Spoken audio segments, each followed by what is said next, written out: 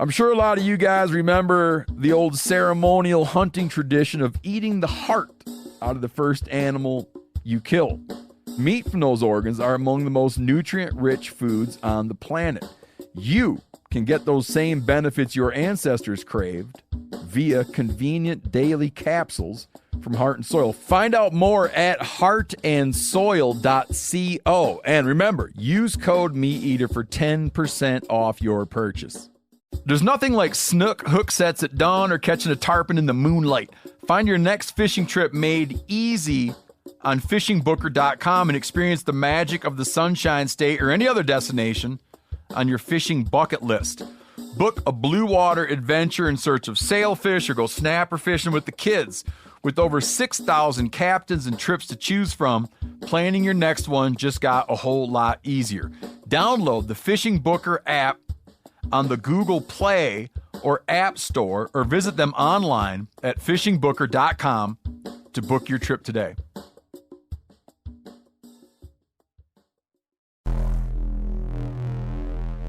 Welcome to the Wired to Hunt podcast, your home for deer hunting news, stories, and strategies. And now, your host, Mark Kenyon. Welcome to the Wired to Hunt podcast. I'm your host, Mark Kenyon, and this is episode number 199. And today in the show, we are joined by Levi Morgan. Levi is one of the most accomplished archers and bow hunters in the world, and in our conversation today, we're going to be discussing his keys to becoming a better archer and deer hunter, and we're going into some really interesting detail.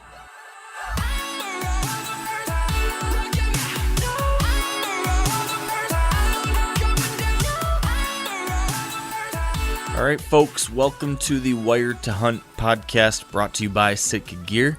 And today, as I just mentioned, I'm joined by Levi Morgan. And Levi, if you're not familiar, is quite possibly the most accomplished archer in the world today. On the archery tournament circuit, the latest numbers I've seen show him being named the Shooter of the Year 10 times. I think it was 10 times in a row, actually. And he's also won multiple world titles. And from a hunting standpoint, Levi's been all over the world hunting, including a lot of whitetail states. He's got a lot of whitetail experience, and himself and his wife, they host the Bow Life TV show. So today, my conversation with Levi is going to be split into two halves. First, we're going to take some time to talk about his 2017 hunting season and some of the different lessons he's learned from a deer hunting perspective, some different ideas from a tactic and strategy standpoint that might be helpful to everybody. And then secondly, we're going to take some time to dive deep into archery, which is something that Levi is especially and uniquely, I think, prepared to talk about and help us better understand. So we're going to get his perspective on bow setups and arrows and accessories, how to practice better, different drills to try, different ways to improve accuracy, how to handle the mental aspects of bow hunting and shooting a bow, handling the moment of truth, a lot of stuff along those lines. And trust me on this one, you're going to enjoy it. I really enjoy this conversation. And usually at this point, this is where we would have our little pregame discussion between my co-host Dan and myself. But Dan couldn't make this episode, so we're just going to have to put off our dad life conversation till next time. And speaking of dad life, well, you know what? Actually, I guess for those of you who don't follow Wired to Hunt on Instagram or Facebook, I'm gonna make you guys wait it out another week before we talk about anything related to my life outside of hunting.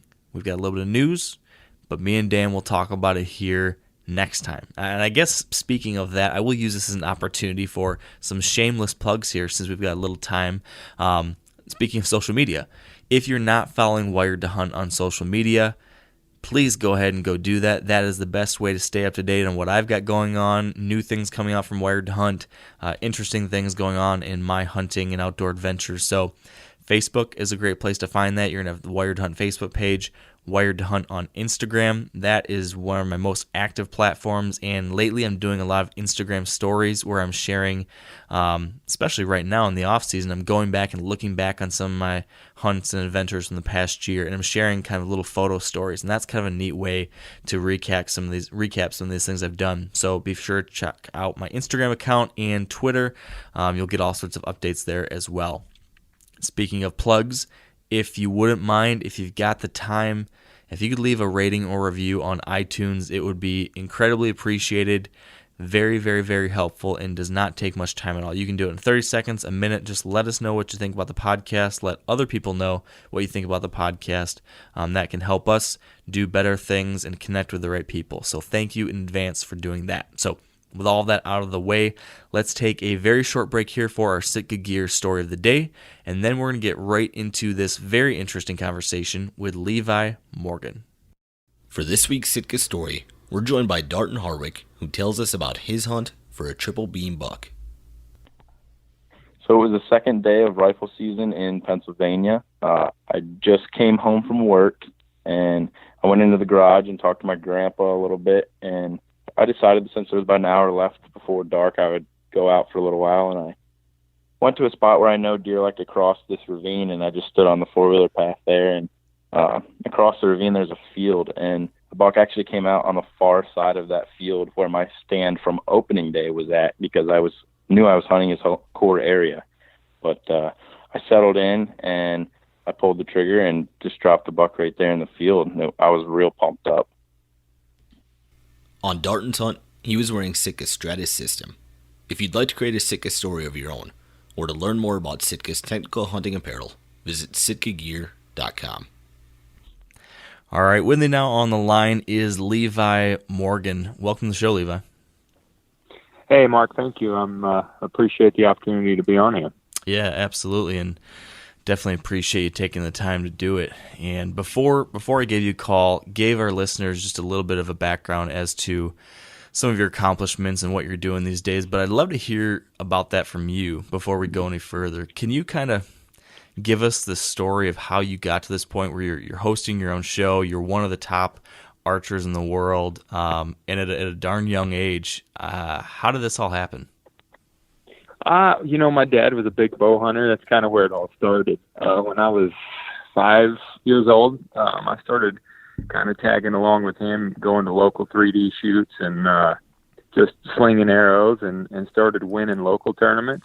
And then from there, I guess Dad just saw something in me and, wanted to kind of take that to the next level. So when I was 6, we went to a world championship in Flatwoods, West Virginia, the IBO World Championship, and I tied for first there. And so it just kind of, fell in love with the game of archery, I guess. Dad was a huge bow hunter, but I love competition and have since, I was 5 or 6 years old. So I fell in love with that part of it, and then just won a lot as an amateur growing up. And when I turned 18, I just decided to dive in head first and turn pro. And won shooter of the year at 19, world championship at 19, and just kind of went from there. But the passion that always drove it was bow hunting. And so I wanted to do something that, because when I was 21, me and Samantha were just getting together. We had house payments and everything was riding on wins, and I had to win to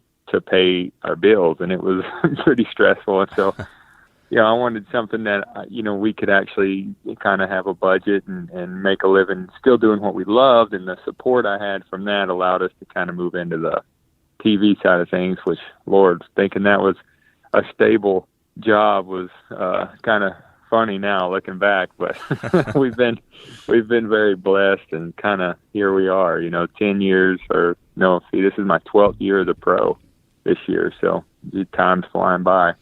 Wow. If you had to pick one of the two, if someone put a gun to your head and said you could only be a professional tournament archer, or you could only be a bow hunter in a TV show to make your living, if you had to choose one of those two, what do you think you would have to choose? That's the easiest question. Yeah, bow hunting, 100%. Yeah, I shoot tournaments and enjoy the competition, but I love the bow hunt. I'd bow hunt every day. It never gets old. I miss it as soon as the last day of the season comes around. So I would definitely choose bow hunting. That would be a really easy choice for me. I think that's a good answer. So how did this 2017 season go for you? It was awesome. We started up in Northwest Territories because I am chasing the Super Slam. When I won the 8th shooter of the year in a row a few years ago and broke that record, that was kind of like this record that had kind of hung over my head. And so when that was up, I was like, what am I going to do now? And so I decided I wanted to chase a super slam. And so I started that trek. And so I've been trying to do some adventure hunts every year because I grew up a whitetail guy. That's all I ever did. That's my favorite. It's what I know. And on the East Coast, that's just what we did growing up. And so it was cool getting to go out and, experience other parts of the world. So we started in Northwest Territories this year doing Yukon moose and mountain caribou. Shot a really good moose and a good caribou there. So came home, went to Wyoming, did muley, antelope. Samantha killed a nice whitetail in Wyoming, and then we just started pounding whitetails. And I didn't kill anything giant or enormous this year, but we shot a lot of really good deer and a lot of old deer. So I've always been a quantity guy. You got guys like Lee and Mark Drury and shooting 200s all the time. I'm just trying to kill as many as I can. Yeah, not all of us can break the 200 mark every year, that's for sure. Right, no doubt. Maybe one day I'll be able to pass at 150 up, but not at the moment. So I just went on my first caribou hunt this past year too, and that was a pretty incredible experience. And now that you've been able to do more of these adventure hunts around the country or the world, when you look at that compared to your bread and butter of your whitetail hunting, your background, is whitetail still your absolute favorite, or are these bigger adventures and wilder places starting to pull at you?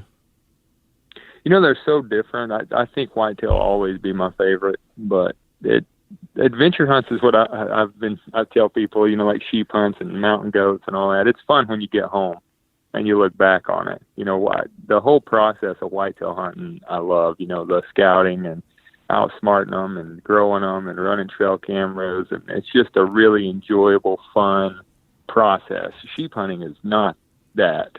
Sheep hunting is work and just being mentally tough, or any adventure hunt for that matter, putting one foot in front of the other, and really a lot of miserable moments. But when you look back on it, you go, man, that was really cool experiencing that, and that I stuck it out and I got it done, and so that's just the difference, I think, in those two. And so I think it's made me appreciate and enjoy whitetail hunting that much more. When I come off these mountains and it's time to go whitetail hunting, I'm just so ready to go sit in a tree all day, which sounds crazy to some people, but I love it. So. Yeah, no, I can 100% relate to that. I was having those same feelings after my September Alaska hunt, and then I did a Montana hunt, and then all I could think about was, man, I can't wait to get back to the Midwest and just sit in a quiet tree and kind of get back to that normalcy a little bit. But it's all no doubt incredible. And I like your point about how a lot of those adventure hunts, it's what I like to call, or I've heard people call it, type 2 fun. Type 1 fun is like the stuff that's really nice and fun at the time, like maybe, I don't know, playing a basketball game or whatever it is that you like to do that's easy and fun. And type 2 is the stuff that in the moment it's kind of miserable, but like you said, looking back on it, those are sometimes the very best memories because you were able to push through that stuff. So. Yeah, I mean, I've been on a couple sheep hunts where I'm like, man, I don't know if I'm ever going to come back on one. I don't know if I can do it again. It's just rough.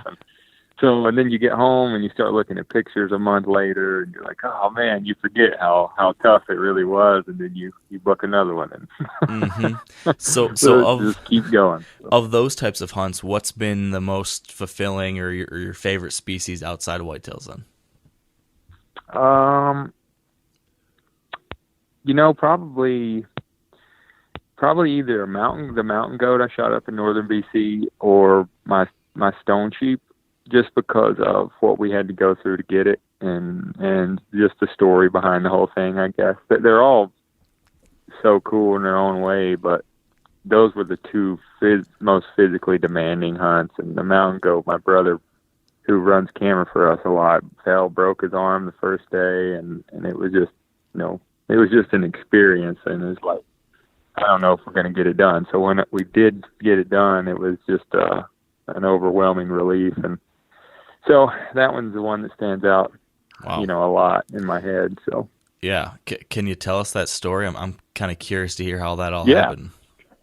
So I went hunting with actually a couple buddies of mine in BC who are outfitters for bear and moose, but loved the mountain goat hunt themselves. And so I got a tag through a different outfitter and went with those guys, Marty and Darren. with BC and Beyond Adventures up there.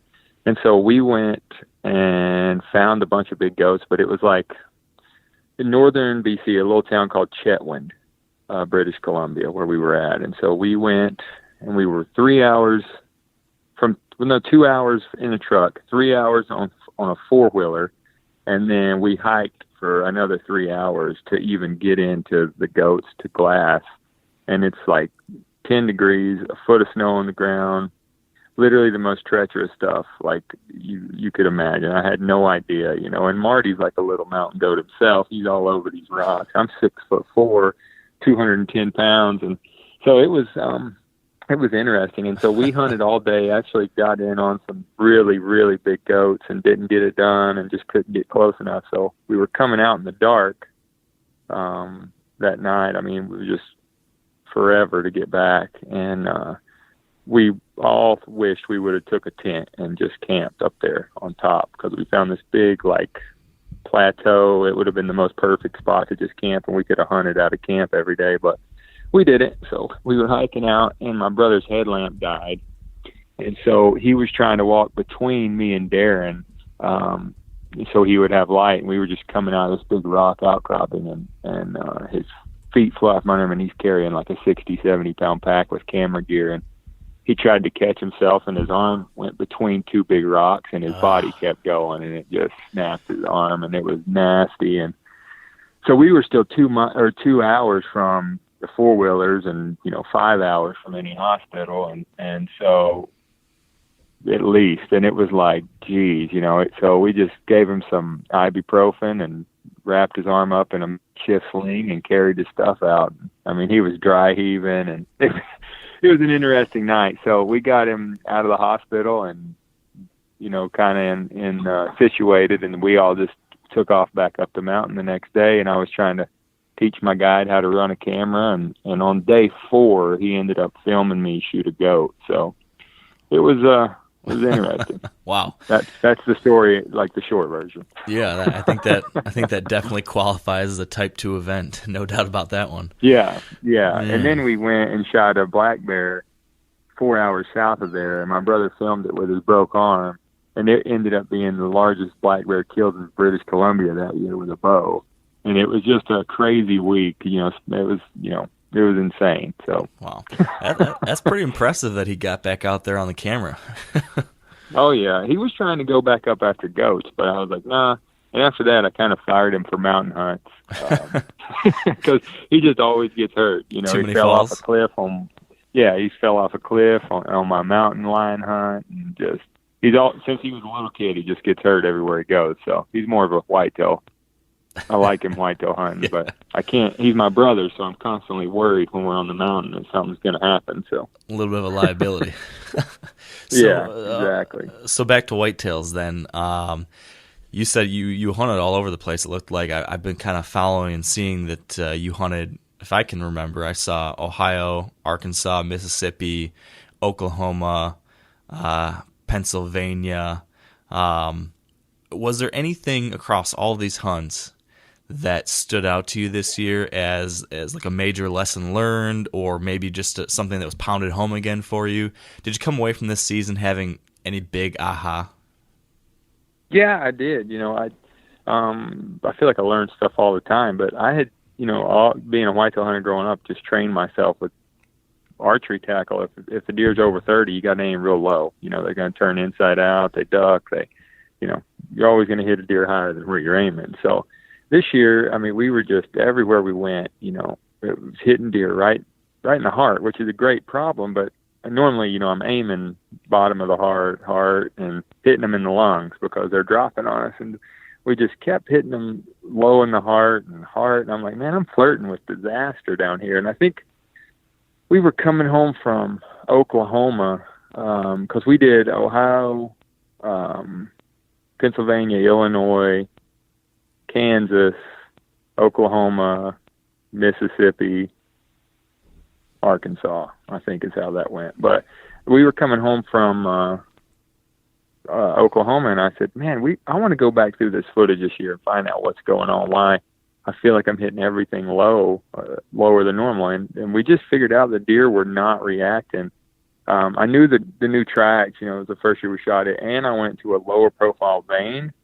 and four-fletched it, which is a real quiet arrow, like in flight, downrange. And Randy Ulmer used to do that. He would do he may still do that, like a real small 6-fletch vein, and it's because it's quiet and the deer don't hear the arrow, buzzing through the air. So I went to a 4-fletch, smaller profile, plus the tracks is the quietest bow I've ever shot. And we just figured out these deer were not reacting to the arrow until it had already went past them. And so I had to retrain myself to not aim high, like up in the mid body, but aim a little higher, because I've literally had to aim at the bottom belly line of some deer, in the South. Growing up in North Carolina, those deer are wild. And if they're 40 yards and alert and you shoot at the lungs, you are going to miss them by a mile. So, just had to retrain myself a little bit with that tracks to aim a little higher than I was used to. So for people that maybe aren't familiar with this concept, you're talking about, compensating for these deer that are jumping the string. So a buck hears that bow go off, and then he kind of loads up to run away, and in that he almost drops, and lots of times then people shoot high. So are you saying that you do this in the past, you did this all the time to make sure you weren't having deer duck the arrow, you were always going to drop or aim low, even if they weren't alert? Yeah, even if they weren't alert, I would do that. Unless they're close, under 30 yards, really the bows was fast enough where they couldn't react a lot. But past 30, I would always aim heart, like bottom third. And that way, if he doesn't duck, I got him. If he ducks, 8-10 inches, I still hit top of the lungs. And so it was just, I was hitting everything 3 inches up in the crease, bottom of the heart, in the heart. And one little bobble at 50, 60 yards. And, I was just flirting with disaster down there, shooting low. And because I'm so used to them dropping, loading up to run and hitting 6 inches higher than where I'm aiming, at 50 yards. So it was a little bit of a learning curve for me with that new bow, just in a testament to that thing of how quiet it is too. And I was pretty shocked because we've been shooting deer for 25 years, and I've always had to aim low. Yeah. Now, that's interesting to hear that. I just got my Triax and haven't used it in the field yet, but that's going to be interesting and something I'm going to have to keep in mind, too, for this coming season. And I'm glad you brought it up, too, for people that are shooting something else that's probably, a little louder. It's always a good reminder to be careful and to be kind of preparing for that string jump, and aiming at that bottom third seems to be something that more and more people are realizing they've got to do for those longer shots. Yeah, it is. Yeah, 100%. And it's still a great idea. Even if you think your bow is so quiet that they're not going to hear it, you still don't want to aim mid-body. I think the perfect spot is top of the heart. If you can be perfect, that's the perfect spot, because most deer can't react enough to duck the arrow that would be going to hit him in the heart, and that way if he doesn't move, you still got him. But yeah, it's just where I was aiming, I was flirting with shooting too low, so. Yeah. So speaking of flirting with disaster, at least for me, every year I make a handful of mistakes that I look back on and cringe a little bit. Did you make any mistakes this year that stand out and you're saying, yeah, that was a doozy and you can learn from it? Oh gosh, I'm trying to think. I thought I make a lot of mistakes, maybe not shooting wise, but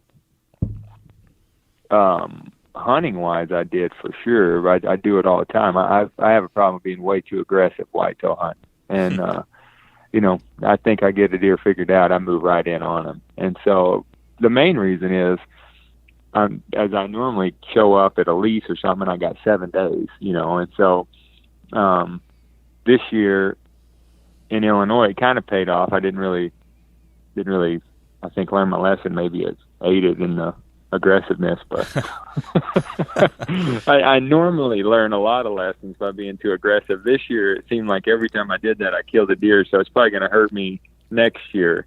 But that's probably my biggest thing. I have to try to reel myself in when I'm deer hunting, to scout more than I hunt, and hang observation stands and watch instead of going, I got these deer pecked, I'm going to move right in on them, because That's bit me in the butt several times on real big deer in the past. I get real anxious and get too aggressive on them. So what is your typical process then for tackling one of these quick, 7-day hunts on a property that, is maybe out of state, that you're not able to be on a whole lot? How do you go about doing that? How do you balance that scouting and hunting? When do you strike? I'm curious about that. Well, it's, most of these places we have hunted for years and have history with, and we run cameras on pretty much year round. So the first thing we do when we get there is find out, what cameras we can get to with whatever the wind is, and let the least intrusive as possible, and pull cards and kind of see what's going on where. That paired with, past history of the place. And, we go hang sets in the summer and try to have all that done, on major pinch points. A lot of times we're still running and gunning and hanging in the rut anyway if we see something 2 or 3 times. But, that's kind of the way it is. We'd really try to, let our cameras do most of the scouting for us. And then just move in when the wind and the weather is right. Or just when you got 7 days, you kind of got to go in anyway. And, what we would do is pull cards, and if there's nothing really solid that we can lock in on, we'll go sit somewhere where we can see a long ways, see a lot of, where the does are at, if it's the rut, or, it just depends. Every situation seems to be so different. Early season, it depends on if the acorns are falling and where, and if they're hitting beans, or if they're dried up and they're already all in standing corn. And the whitetail, I think that's why I fell in love with them so much, is that it is never ending battles and situations you're faced with to try and find a big mature buck, Yeah, no doubt about that. I saw that you had a situation, I think it was in Pennsylvania, correct me if I'm wrong, but I saw that you had a target buck that you were hunting in Pennsylvania. I think you called him Boswell. And and then someone else ended up shooting that buck. And it kind of, I could relate to that because the last 3 years I've been hunting one buck here in Michigan, and it looks like he probably got killed by another guy. So how did that story with Boswell go for you? And how did you kind of process the fact that someone else got him and that hunt was done for you?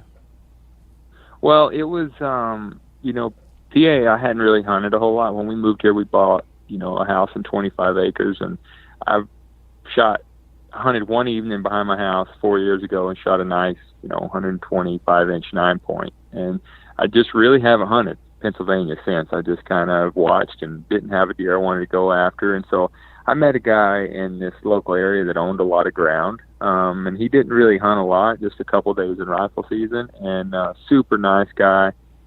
Gave me permission to hunt one of his farms, and it was kind of the first time I had really ventured out here since we moved here to try and find a buck to hunt this year.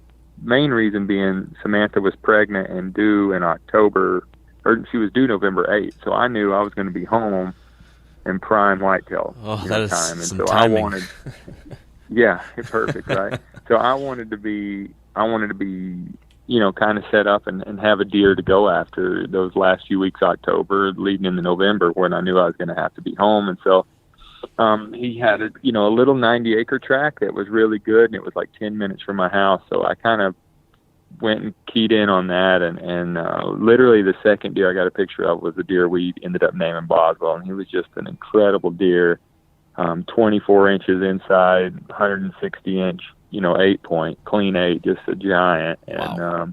Had like 10-inch brows. And I named him Boswell because we're Steeler fans, and his brow tines look like huge field goal posts, and Boswell's the field goal kicker for the Steelers. So nice. That's how he got that name. But yeah, so I knew right then I was going to spend my entire, late October, November on that buck. And we passed a lot of good deer there, and never laid eyes on him. I had him on camera so many times, and I had him coming into this big green field every evening at like 10 minutes till dark to 10 minutes after dark. And it was really hard to get in there without blowing a bunch of deer out. And the main thing was, after the hunt was over, if I didn't get him killed, I would have to blow the field out to get out. So I didn't even go in there I was waiting on perfect weather, perfect conditions, and I was going to go in and I would have one or two chances to kill him on that spot before I blew it. And I remember October 25th, me and Mike got up and we went to a stand probably 200 or 300 yards off the screen field, just trying to catch him going back into the bedding area.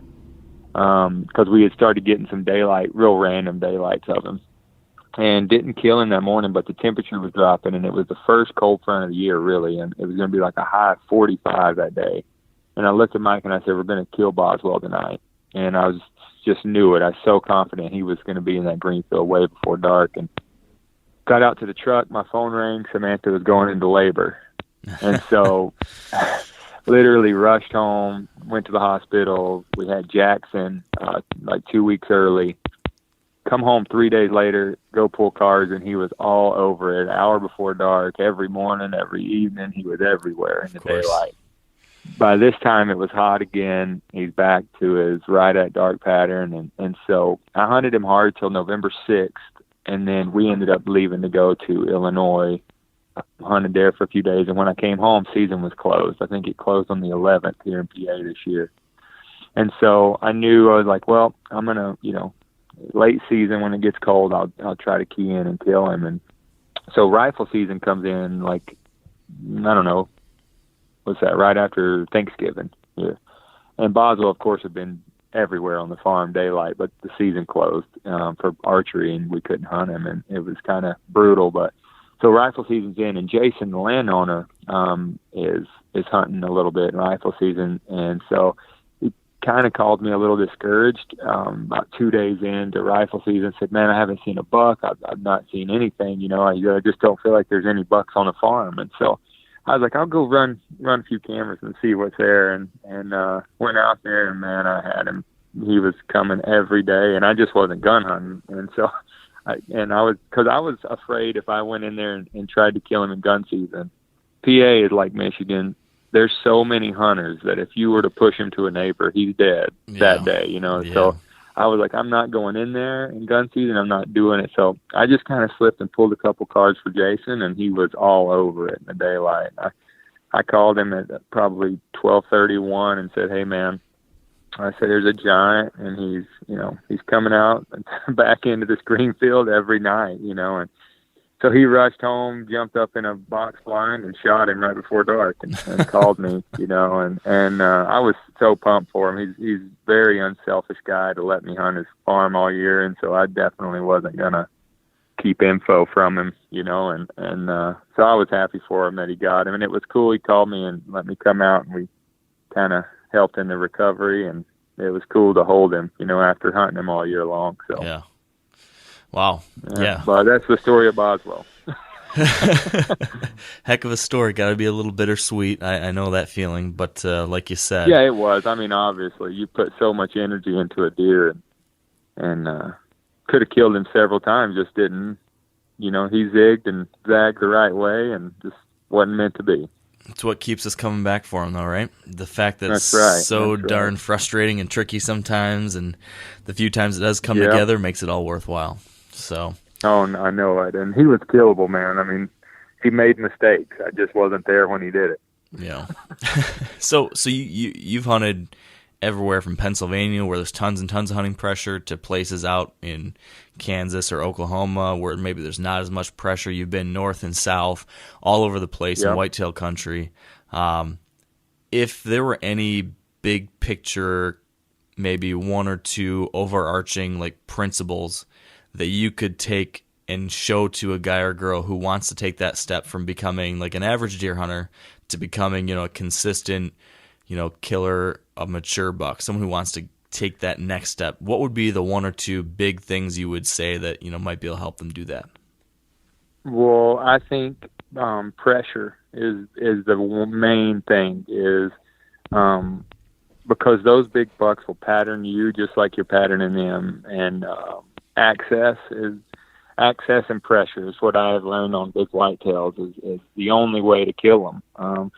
You have to watch how you get in and out to your stands, and you have to really limit the pressure on his core area. I mean, if he's living on your farm or you think you know right where this buck is bedding and feeding, you literally don't want to hunt him until it's perfect. And I like to hunt edges and I like to hunt edges when I have time, like, and not go straight and blow in there like I was talking about earlier. But when you have 5 or 6, 7 days to hunt, you kind of have to get in there and hunt. And that's where I was saying I've made a lot of mistakes and been way too aggressive. So I think if you're hunting a farm that you are going to hunt all year, you live in, and it's your home state, I think, like I did with Boswell this year, I played it really perfect, I think, as far as I didn't pressure him. I didn't go in there and blow him out of his bedding area. He was so comfortable, even in the middle of rifle season, because we had not pressured him at all. We never jumped him, never went into his bedroom. So I think that was key. We just weren't there when he came out in the daylight, and so almost probably wasn't aggressive enough with him. But I think pressure and access, you got to have a way in and out without blowing the deer out, and that's the same no matter where I hunt, everywhere we go. If we don't have good access, we can hunt a stand 1 or 2 times and it's no good anymore, and it takes 2 weeks for that stand to be back even close to normal again with deer activity. So yeah. So when it comes to choosing the right times to go in there after them, choosing the right times to put that pressure on, I've talked to so many different people, and everyone has different things that they key in on. Some guys are all about the temperature. Some guys are all about the moon. Some people, it's some combination of all the above and barometric pressure and all sorts of other things. What are the things that you key on the most to tell you that now is the time to strike? I think time of year and obviously, weather is huge for me. The moon, I've killed so many deer on a full moon, so many big deer that I love hunting in full moon. I will literally, I think you get real random hours of deer movement on a full moon. It could be at daylight, it could be at 10, it could be at 1. You just never know when he's going to come out. But I think the time of year and weather is going to pretty much trump everything else, in my opinion. I like high pressure sunny days and obviously November the 8th. Yeah. Obviously, I mean, that's ideal, but I mean, yeah, I would say weather and time of year would be the 2 most important factors of that for me. Yeah. Determining how aggressive I'm going to be, and obviously, cameras. If the deer's done the same thing every day for a week, then I don't have a problem with going in there at all, and being aggressive, no matter what temperature, weather, or anything. Yeah. How do you? Sometimes you just get deer that want to die. I'd like to find more of and those. They do it. Yeah, me too. How do you go about using those cameras and checking those cameras without putting too much pressure on those deer? I feel like that's always a really delicate balancing act. How do you do that? Yeah, well, we will run cameras, deep in some bedding areas, but we don't ever check them. We check them literally if we go in and hunt and have perfect conditions. We'll pull a card and get out of there and just see. But we run most of our cameras on food, just to kind of get an inventory of where they're feeding, and we try to run them on, like if we have a field or a destination field, we'll run them on, fence where the fence is down, or trails in and out of that field, where we can get in there in the middle of the day and there's not deer feeding in the field normally, and pull those cards and get out. And the best way to do that is on some kind of equipment, whether it be a Polaris Ranger or a tractor or a truck, because deer don't really associate those with danger for some reason. But if they see you on foot, oh, that's a different story. So we try to do everything as far as pulling cards right out of the truck or a tractor or something if possible, and ride right up to the camera. And the deer, even if they're bedded 40 yards in there, don't seem to really pay it much attention, especially in the Midwest. So, yeah. I've definitely seen the same things, and I think that applies to access as well.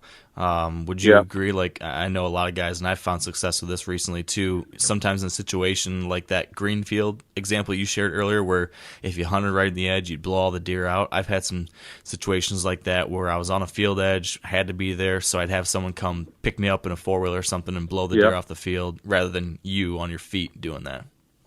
100%. I've sat in a tree for an hour after dark, maybe longer, waiting on somebody to get there in a truck. If I had a big deer I was hunting come in, and so that's always better, because those deer will be right back out there the next night, where if they watch you climb down out of a tree, it's not going to be the case. Yeah, you can't get away with that too many times. No. All right, well, we are going to switch gears here in a second, but before we do that, let's take a quick minute here to thank our partners at Whitetail Properties. And here with our Whitetail segment of the day from Whitetail Properties is Spencer Newharth. This week with Whitetail Properties, we are joined by Andrew Schultz, a land specialist out of Illinois. And Andrew is going to be telling us about how shopping for land in the winter is different than other times of year. There's lots of differences, but the main difference is the foliage that's out on these properties. So with the lack of foliage, it's great for being able to walk around that property, see deer sign from the past season, really get an idea for what trees are on the property, what types of species of plant life and animals are using the property. And so that's going to be the best reason for looking at ground in the wintertime versus the summer or spring, when there's leaves on all the trees. It's hard to see. It's hot. There's mosquitoes. There's ticks. Might not be quite as enjoyable of an experience. If it's me, I'm picking the cold weather, and I'm learning everything I can about that property after most of the hunting seasons are over, and you can see a lot of the property. That's my favorite time to walk a farm, to really and truly learn a lot about it, and do so fairly easily. If you'd like to learn more and to see the properties that Andrew currently has listed for sale, visit whitetailproperties.com/Schultz. That's SCHULTZ. So what about this, Levi? Do you think that bow hunting makes you a better tournament archer, or that tournament archery makes you more of a better bow hunter? So which of those is more true? Which has a better Definitely impact? A tournament archer. Tournament archer makes you a better bow hunter for sure. Why is that? I don't. Well, because when we're out there shooting, we have to learn how to. We shoot under pressure all the time, and so you learn what you do wrong under pressure, and you learn how to shoot through the pressure. You can't ever get rid of it, but you learn how to shoot through it. And so, I think with bow hunting, you don't feel that near as much. You may hunt, a month and a half before you feel that buck fever kick in, because that target buck is coming in. And so that's the first time your heart's been pounding through your chest, all seasons, where in tournaments, we feel that every week, and we feel that constantly, and we shoot in that constantly, and you just can't get away from it. So you learn what you do wrong in those situations, and you learn how to shoot really well when your heart's beating out of your chest and your pin's shaking a little bit, So I think it has definitely helped me bow hunting 100%, in those high pressure moments where, it's, this is it. This is maybe the last day, and this is the biggest buck you've ever seen, and you get one shot, and that's a lot of pressure. And for people that don't ever feel that, they don't know, how they're going to react in that situation. They don't know how they shoot in that situation. And so, it could end up being a really, really big deal, where a tournament archer feels that all the time, so definitely helped me be a better bow hunter. Yeah, that makes a lot of sense. Can you talk about what that process has been like for you, as you've gone through your tournament archery career, as far as the mental side of handling that pressure? I mean, were you always just ice cold and it never bothered you, or did you have some challenges with this and you've had to work through it? And if so, how have you been able to handle the mental pressure of these moments? Right. Yeah. No, I think in the beginning, I didn't have too much expectation, so my nerves never really got to me. I was just trying to hang, and so I won a few tournaments, literally kind of like the saying, ignorance is bliss. I didn't even know how important they were, in the beginning, because I was just having fun and really had no expectations. But then when you start winning a couple tournaments, the most pressure I experienced really, and it was kind of in the middle of my career up to this point.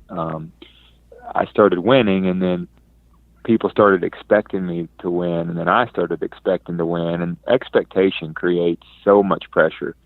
When you go to a tournament and everybody's watching every arrow you shoot, and you start thinking about it, that was tough for me to deal with. I did it, and I fought through it, and I have had some challenges mentally, just holding it together a few times because of that, cloud that kind of follows you around when you win. And so I think now you get to a point where you feel like you don't have anything to prove, really.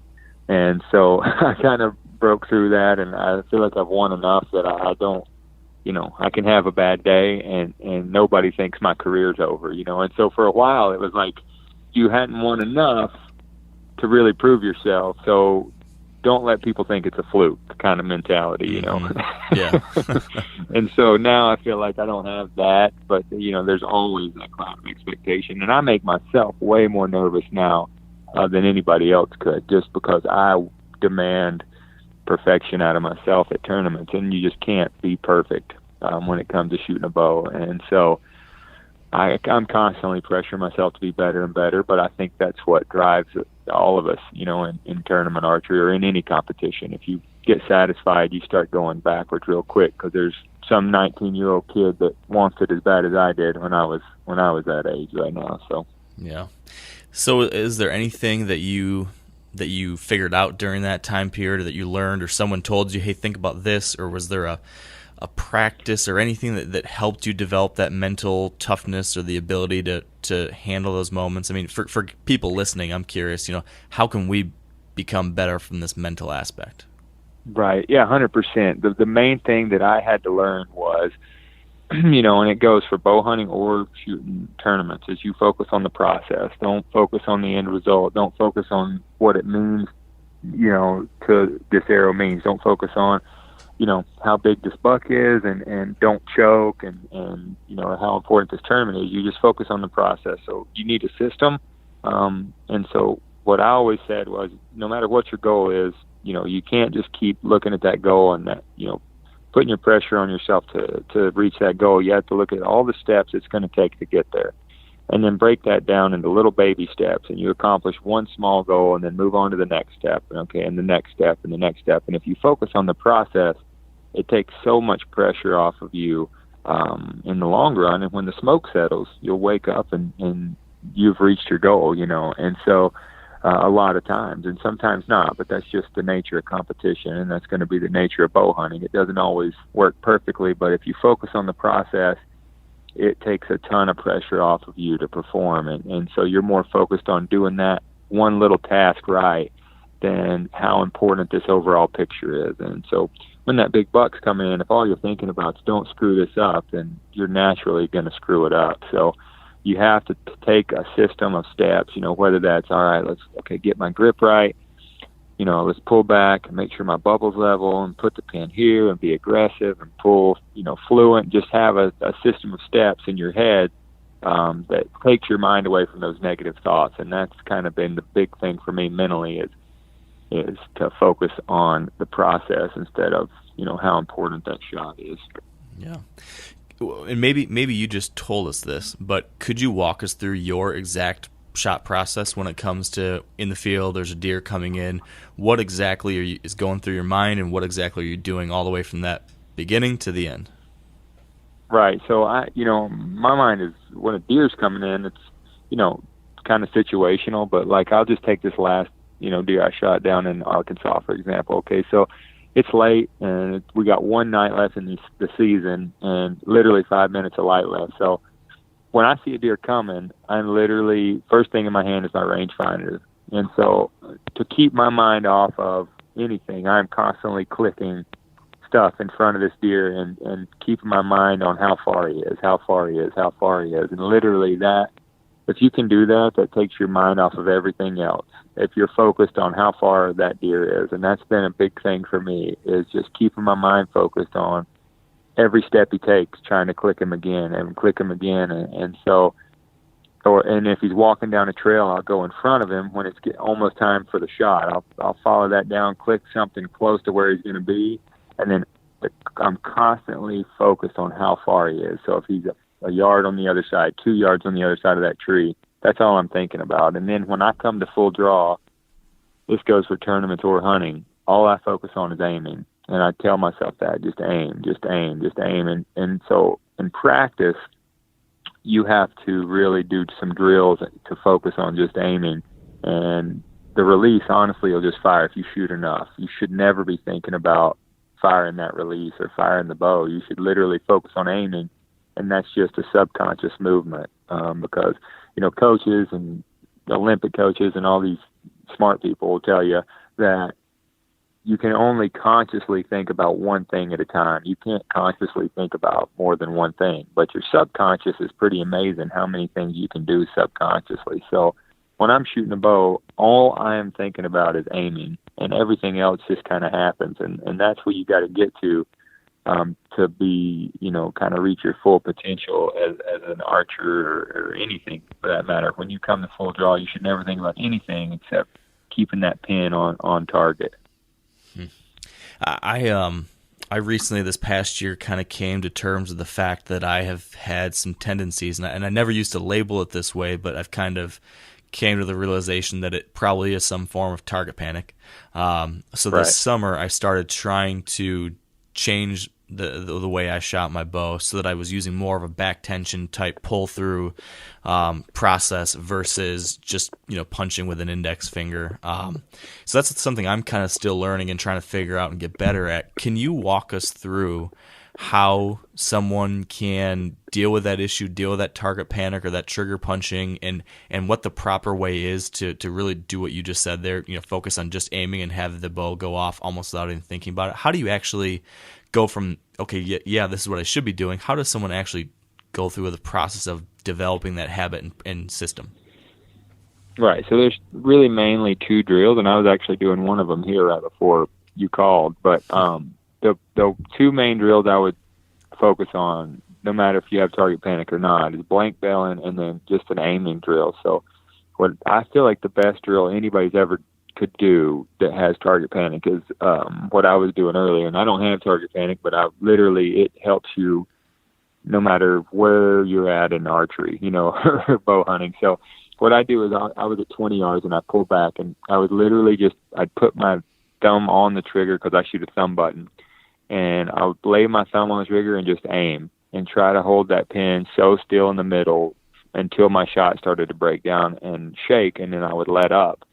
And so I would take a breath, take a few minutes, pull back, do it again, and just doing that over and over without firing the arrow. So what you're doing is telling yourself, hey, I'm in complete control here. I don't have to fire this shot as soon as my pin gets to the middle.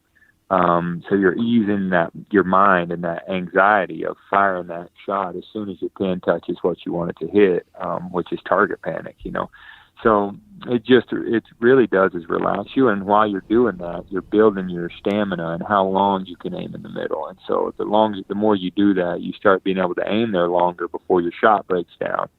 And so that is probably the best drill in archery, is to never fire an arrow and just do that over and over. And if you have target panic, I would say to anybody that has target panic, do that in the off season for 2-3 weeks and never fire a shot. Lay your finger on the trigger and aim where you want to hit, and lay it down when your shot starts to break down, and just keep doing it over and over every day, however long you would practice.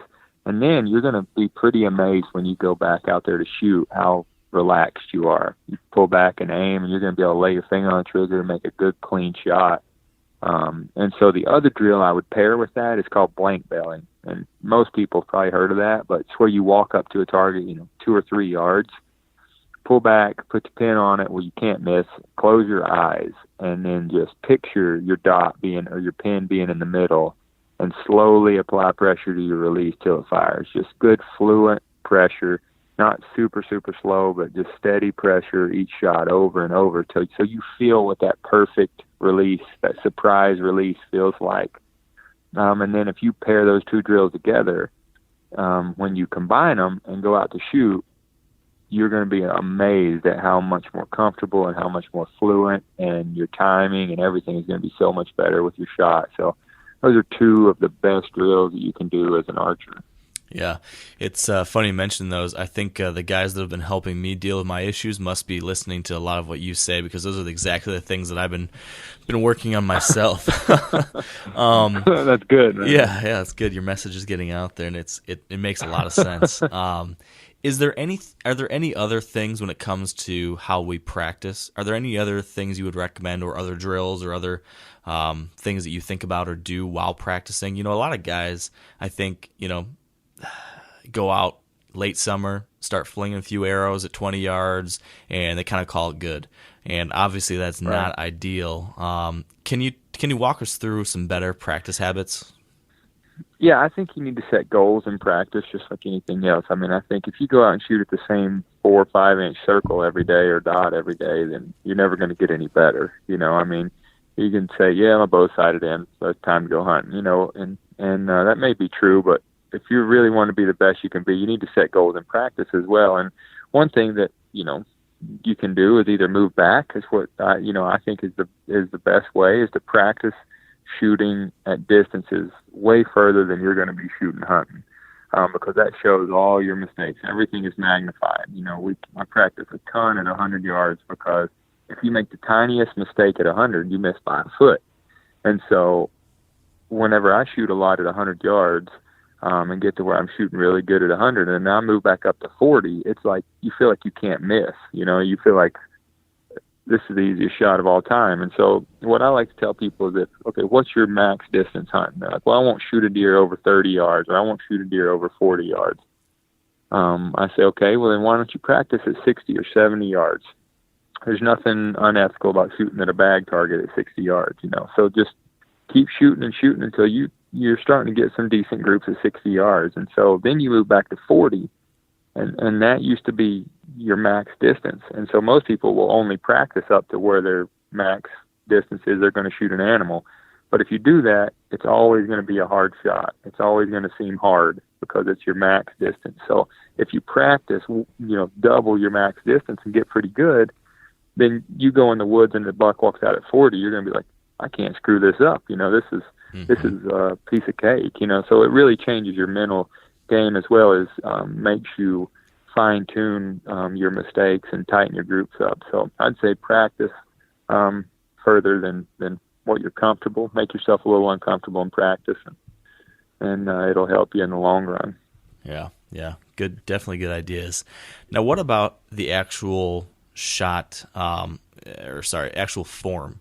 This is another thing. A lot of people maybe develop bad habits as far as how they hold their bow or how they anchor, different things along those lines. And I've seen a number of videos you've done and some different things you've put out there about, specifically how you're approaching some of these different things.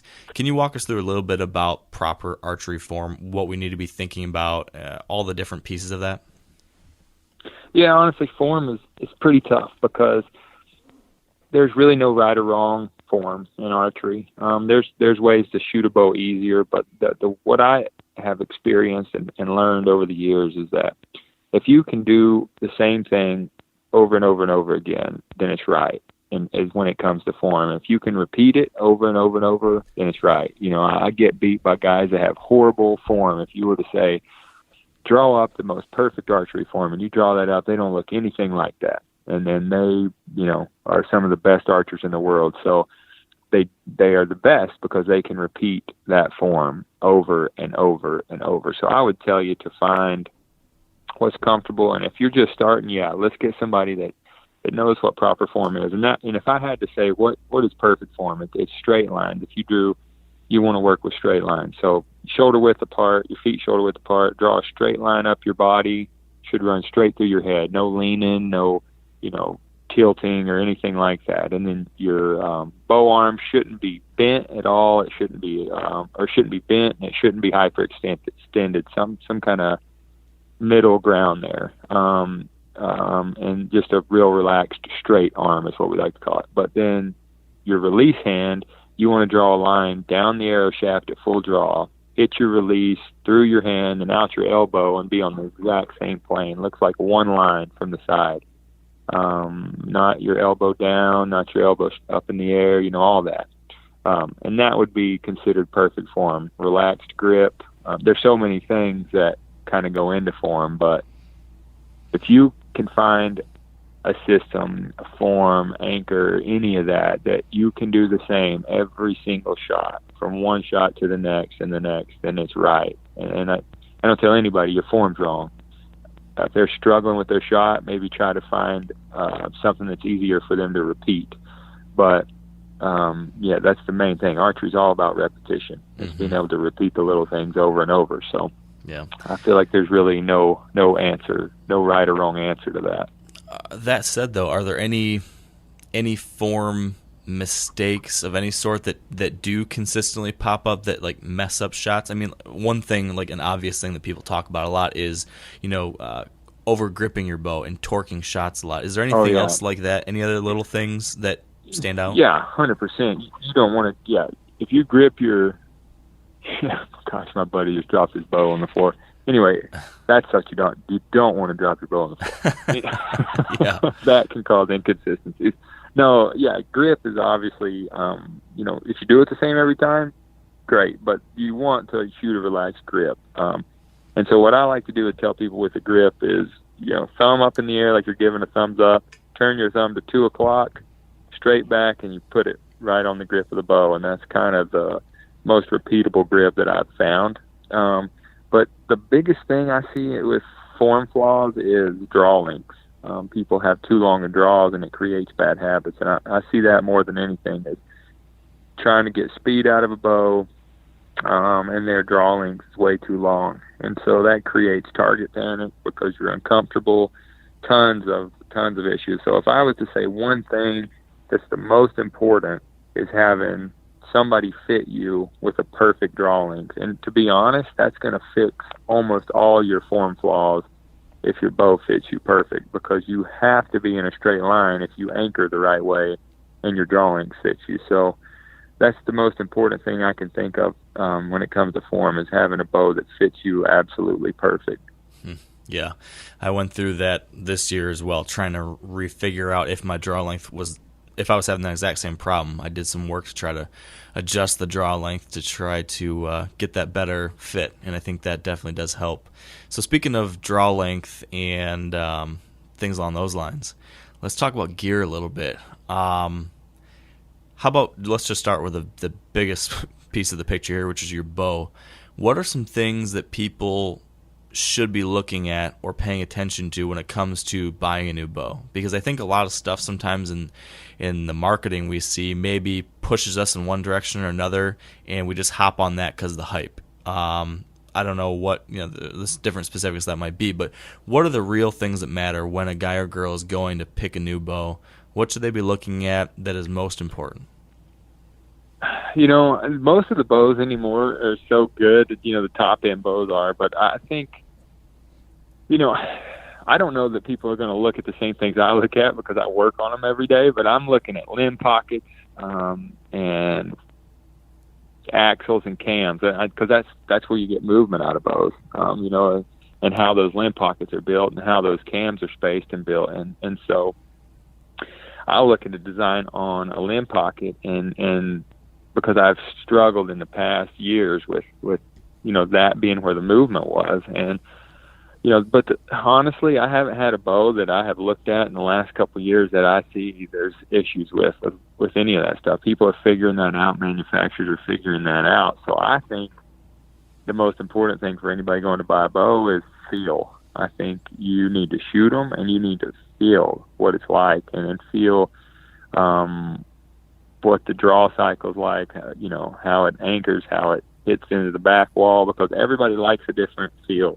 Some people like high let off with a hard back wall. Some people like spiral cams and, low let off and a spongy wall. It helps them aim better. So I think you got to figure out, shoot all the bows that pro shop will let you shoot, and pick one that feels the best to you. And because honest to God, nowadays, all the top end bow manufacturers are making really, really solid products. And so, you gotta figure out what you like the best and what feel you're looking for. Now, how about actual accuracy with a bow, or forgiveness, which some people will say is something that will allow you to be more accurate? There's a number of different factors related to bows that people typically say, if you get this, it's going to make this bow more forgiving. But I've heard other people argue some of these. Can you talk us through what a forgiving bow actually means, and if that's, what are the things we should be looking for if that's the kind of thing we're looking to achieve with our bow?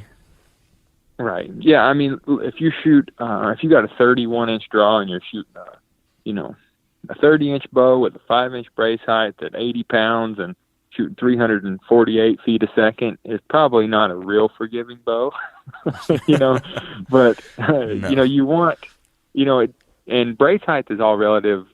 Brace height was always the number. That's what, you can decide in axle to axle. That's how forgiving a bow is. But to be honest, axle to axle has really nothing to do with forgiveness anymore. I think brace height is still pretty relevant, but it's all based on your draw length. So forgiveness of a bow to me is being, you take into consideration you have a perfectly tuned bow, and which is everything in forgiveness, is having a perfectly tuned bow. But then you start looking at the actual design of the bow, what makes it forgiving. Well, for me, I have a 30.5-inch draw, so the brace height is how long that arrow is on that string from the time I release it to the time it leaves the string. So there's a gap there where that string is driving that arrow after you've released the shot, before it actually leaves the string.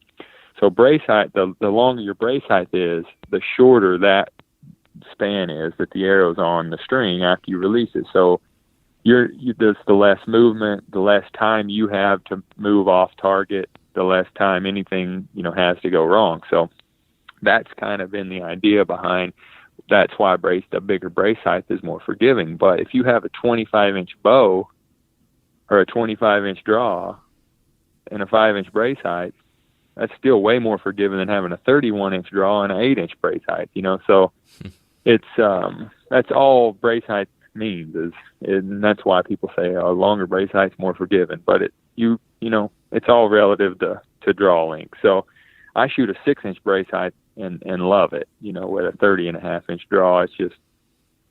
It's speed.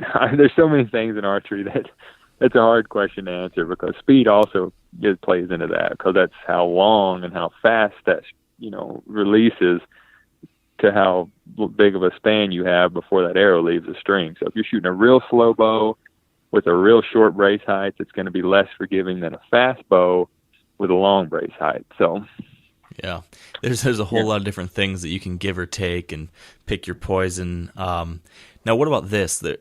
If you had to choose, which one of these qualities of a bow would you view as the very most important from a bow hunting aspect? Would you rather have a fast bow, a forgiving bow, or a quiet bow? Which of those would be the absolute most important? I realize you'd like to have all, but if you had to pick just one. Forgiving, 100%, because we're not perfect. And, speed, depending on how slow, but if it was just an average bow speed-wise, it would be either speed or forgiveness, because you don't need quietness if your bow's fast enough. Yeah, fair enough. And so, but forgiveness is the most important of those three, I think, or accuracy is the most important of those three. Yeah. So you mentioned a few minutes ago that the most important thing for forgiveness is a well-tuned bow.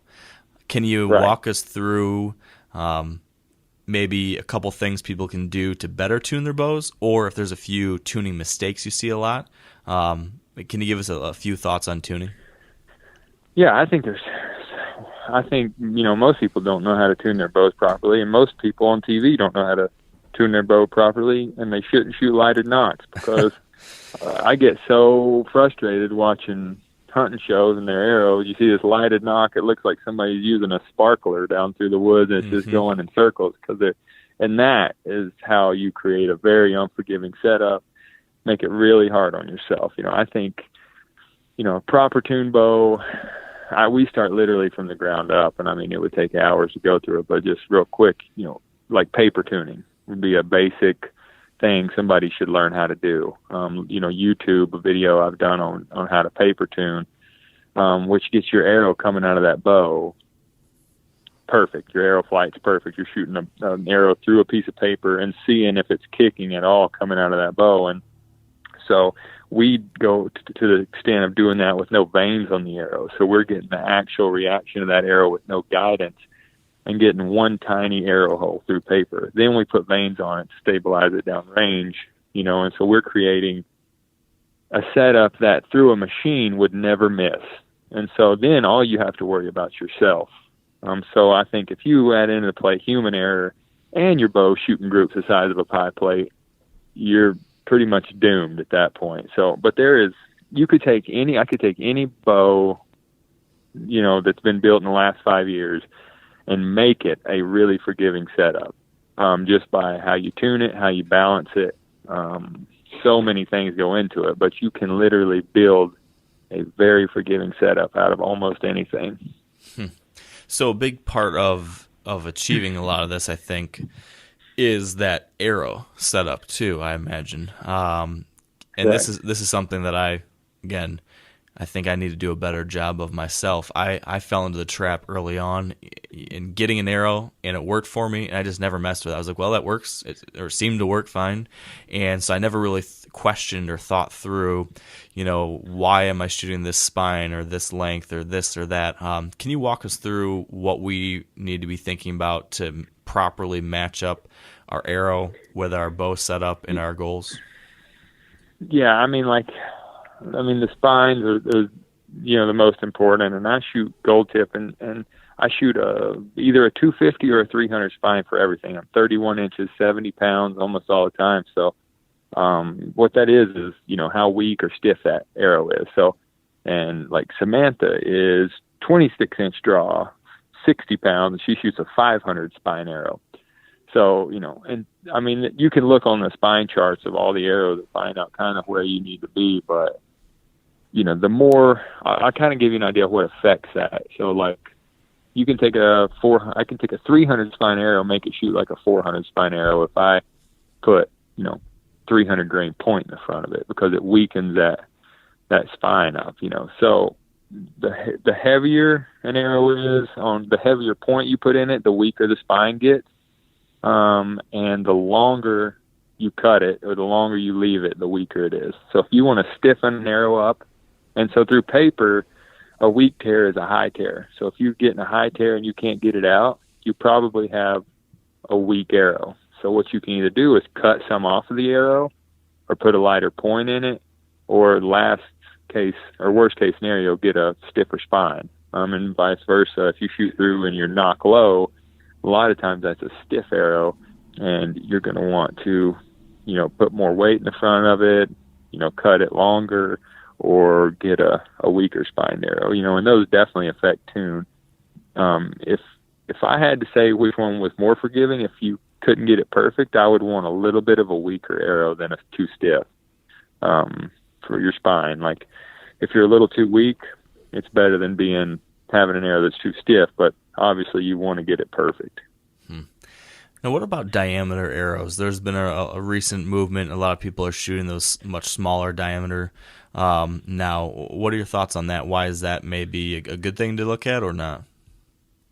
Yeah, it is. I like small diameter arrows, like the, Pierce Platinums and just the tiny hunting arrows for penetration, and they're tough and all that. I went back to shooting kind of a velocity, which is a standard diameter this past season. I have a lot of confidence in that arrow. It's just a solid all-around arrow, and I'm not a huge fan of outserts, which is the sleeve that goes on the outside of the arrow, and then you got to screw your arrow or your broadhead into that, and just a lot of things, a lot of components that have to go together, and it's hard to get them perfect. All the arrows the same, so I went back to shooting like a 246, a .246 diameter, which is like a pro hunter velocity, just kind of your standard hunting arrow, and running inserts, because I like the less things that can go wrong, the better. But I killed, several animals with those Pierce Platinums last year, and they're a great arrow. I figured less is more when it comes to that stuff. So I went back to shooting the Velocity, or this year, the Valkyrie is actually the one I hunted with, and it's probably my favorite hunter I've ever hunted with. It comes pre-fletched, 4-fletched with the low profiles like I was talking about before. So, gotcha. All right, before we move on to the next question, I want to take our final break of the day and thank our partners at Maven Optics. And you may have seen this across Facebook or social media, but Maven has just announced that they're launching a new category of products for their brand this year, and that is rifle scopes. And Maven's been making binoculars and spotting scopes now for a while, but now with rifle scopes, they've got a really appealing new option. This scope has 2.5 to 15x zoom. It has 2 different reticle options and has super high-end ED glass, which is extra low dispersion glass. And what this means is that it prevents or minimizes chromatic aberration. And in layman's terms, that just simply means that you get a cleaner and brighter image, and of course, terrific performance in low light conditions, the kind of stuff that you want when you're hunting with a high-end rifle scope. So if you'd like to learn more about the new Maven RS1 scope, you can visit mavenbuilt.com. And the scope is available now for pre-order, but products won't begin shipping until May. And FYI, if you order during this pre-order time period, they're currently offering a $200 off promo. So check it out at mavenbuilt.com. Speaking of less is more, then, how about broadheads? Are you a simple, keep it simple with a fixed blade type broadhead, or do you like mechanicals, or what are your thoughts on the right broadhead? No, I'm a huge mechanical fan, and I wasn't for years. I grew up shooting, the Muzzies, and probably because they were the cheapest I could find, or the Wasps at Walmart, because me and Dad go in there and buy a pack of 6 and replacement blades, and we were good to go, But through the years of pulling our hair out trying to get those to tune and shoot the same, I would literally have to write on my veins. I remember being little and writing on my veins, 6 inches left, or 3 inches low, and I would literally write where they hit at a certain distance. So I would look at that arrow and go, oh, I got to aim to the right, because those broadheads were playing so bad. So when I was introduced to Swacker probably about 9 years ago, I literally fell in love with those mechanicals. And the main thing is they're the only ones that when they go into the cavity of a deer, they open up after they go through the first rib cage. So you're cutting vitals with brand new blades. And that was the biggest selling point for me, because I would literally shoot deer with a fixed blade or an open on contact mechanical, and I'd hit it in the lungs or hit it perfect, and one time it would bleed really good and run 50 yards, and the next time it would run 300 yards, and I'd find my arrow and there'd be broke blades or whatever. So with most broadheads, you got to cut through that first layer of fur and fat and then bone before you ever get to the vitals, and you're dulling your blades and you're breaking your blades off before you ever get to the good stuff. So when I started shooting Swacker, that's what I loved so much about the design, was that it went in and opened up right as it went through that first rib cage. So the first thing it cut was vitals with brand new razor sharp blades. And man, I've just been in love with them for 9 years. And so I've not shot another thing since. So I'm total mechanical, well, really just a total Swacker fanatic, to be honest, because I love the design. And you don't have any issues with failing to open or anything like that you hear with a lot of mechanicals? That hasn't been an issue for you, huh? No, I've never had an issue. And I mean, I've shot everything from muskox to buffalo, moose, elk. I mean, everything with them, and no issues at all. Just kill stuff super quick. That's what you want.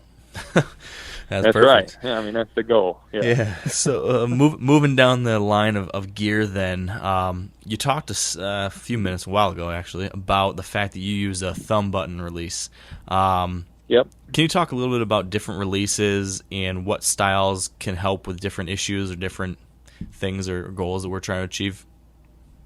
Yeah, for sure. I mean, I think we all probably grew up shooting the wrist strap release, or the trigger release, as we call it, with the index finger. And so then you've got your thumb button release, and then you've got what we call a back tension or a hinge, which requires you to rotate or pull through with pressure to fire it. And so the goal with release execution is always to have that surprise release. You're not anticipating when it's going off. You're not timing it. You're not forcing it to go off. You're aiming and just applying a steady pressure to fire it. But sometimes with like a thumb trigger or something with that hard wall that's either it's cocked or it's fired, and there's nothing in between. That's why a hinge has been so good for people, because it has that little bit of movement, which is kind of a comfort thing. They can aim and just keep pulling until it fires. We kind of look at it like, okay, if you're standing, on top of a shed or a building, 12 foot to the ground, you either got to jump or you stay. There's no in between. There's no easy way to get down there. You've got to jump off the ledge, So with a hinge, it's kind of like putting a slide there from the top to the bottom. Well, it's easy. You just get on and you just slide down in a gradual motion, and then, you're there. And so that's kind of why a lot of people will train with a hinge, and I do the same thing.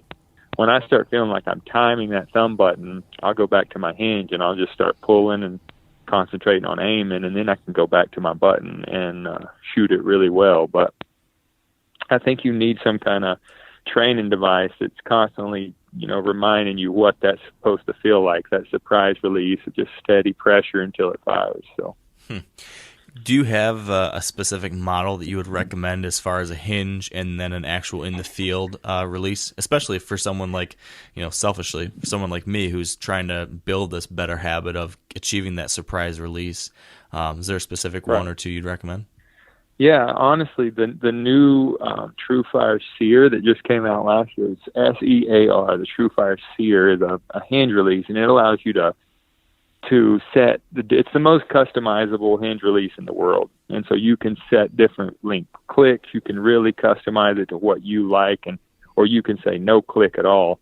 And a click in a hinge is so you don't pre-fire it. So you pull, and then when you hear that click, okay, let's ease up. It's getting ready to fire, if you're drawing back or something. So I think the TrueFire Sear is the best one. I shoot in tournaments and I hunt with the Sear. And then the new one that I helped design, the thumb button I'm shooting, is actually a prototype. It'll be out this spring. It's called the Synapse. And it is an unbelievable thumb button. And thumb buttons are really sketchy anymore. Like and it's all to do with the inside of them and how they're built as far as pre-firing on you. After, 100 shots, they'll start. Every once in a while, you just be pulling back, and they'll fire one downrange. And that's why I quit shooting them in tournaments, several years ago. So we really went through a lot of testing on, strength of steel and different parts and why that was happening, and built this new Synapse TrueFire has. And man, I've shot thousands of shots through it, and it's just incredible. So I think it's going to be something that's going to hit the market and be pretty hot here in the next couple months. Awesome. So would you say then that for someone that's getting pretty serious about archery and or bow hunting, that it really is worth upgrading to some kind of either thumb button or hinge or something along those lines, and getting away from the wrist strap? Not necessarily. I think, again, a lot of the top guys are still shooting wrist straps, but I think you need to have a release that you go to that's different. I think it's either a different, setting where it's harder or lighter than the one you shoot most of the time. So you get a different feel, because what you do is you start timing that release. You start getting a little sloppy with that release and anticipating when it's going to fire, and that causes target panic. So you want to have another release that you can pull out and literally shoot for a week or two, and then go back to your trusty release. Because then you kind of forgot the timing, and you can just focus on aiming and all that. So it really doesn't matter, if you're shooting a wrist strap, a thumb button, a hinge, whatever. But I think you need to have a couple different releases that you can go back and forth with, and it kind of keeps you honest, so to speak, keeps you focused on what you're supposed to be focusing on, and that's aiming. Yeah, that's good advice, and a good idea to switch those things up. Keeps you from getting too used to it. Right. Yeah, I like that. So is there anything that we have not touched on when it comes to archery? Do you have like a pet peeve or like a thing that you just want everyone in the world to know, that you got to work on this, or don't make this mistake, or learn this one lesson? Is there anything that is just so important we haven't touched on yet that you want to make sure we cover? No, I think the most important thing is that we've talked about is making yourself uncomfortable, in practice and pushing the limits in practice. And it makes those tough shots in the field seem easy. And that's the most important thing I think I've learned in archery is practicing, making it really tough on myself, and not practicing to stroke my ego, and to tell myself how good I am. Really practice to push the limits. And I think that's the biggest thing anybody can do, and it makes you better in the process. So I think that's the biggest key, really, probably in life, and not just archery, is to push yourself and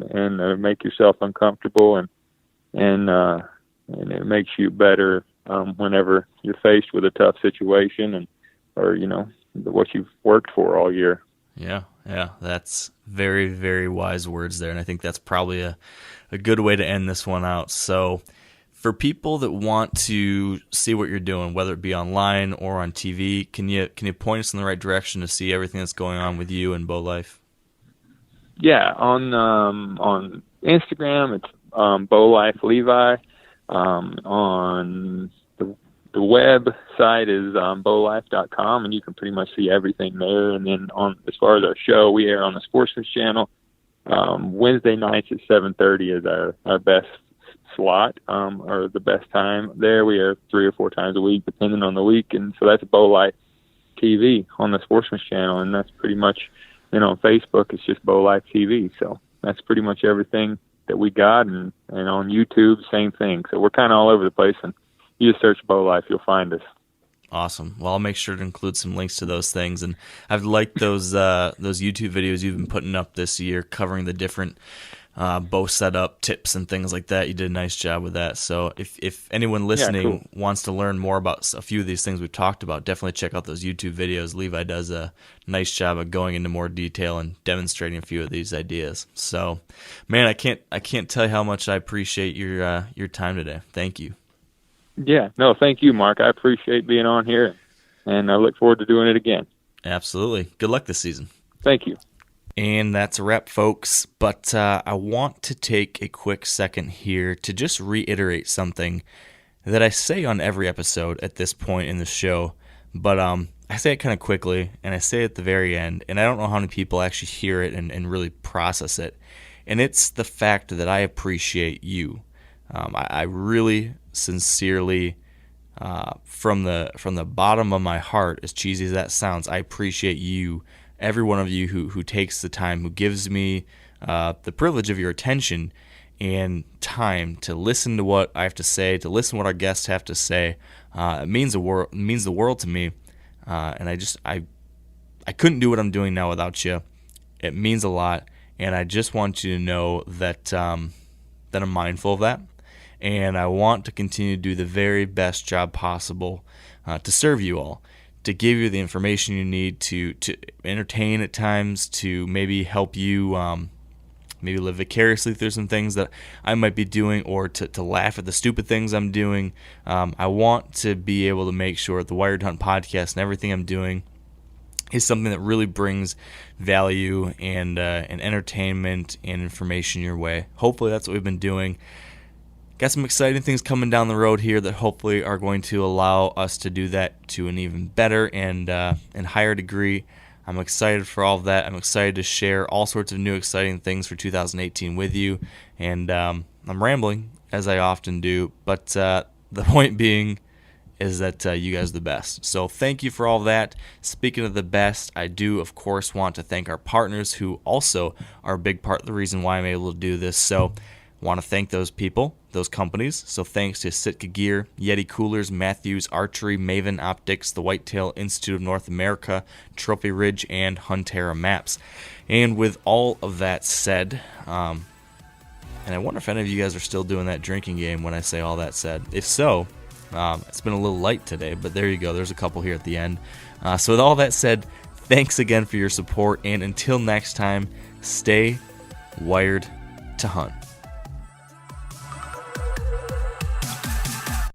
I'm sure a lot of you guys remember the old ceremonial hunting tradition of eating the heart out of the first animal you kill. Meat from those organs are among the most nutrient-rich foods on the planet.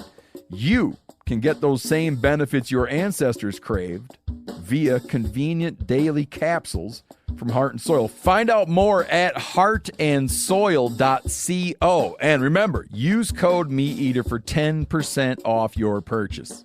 You ever get that feeling the walls closing in, the concrete jungle suffocating you? You crave some wide open spaces, the chance to connect with nature, maybe in a spot all your own. Well, head over to land.com. They've got ranches, forests, mountains, streams, you name it. Search by acreage. You can search by location. You can search by the kind of hunting and fishing you're dreaming of. Land.com. It is where the adventure begins.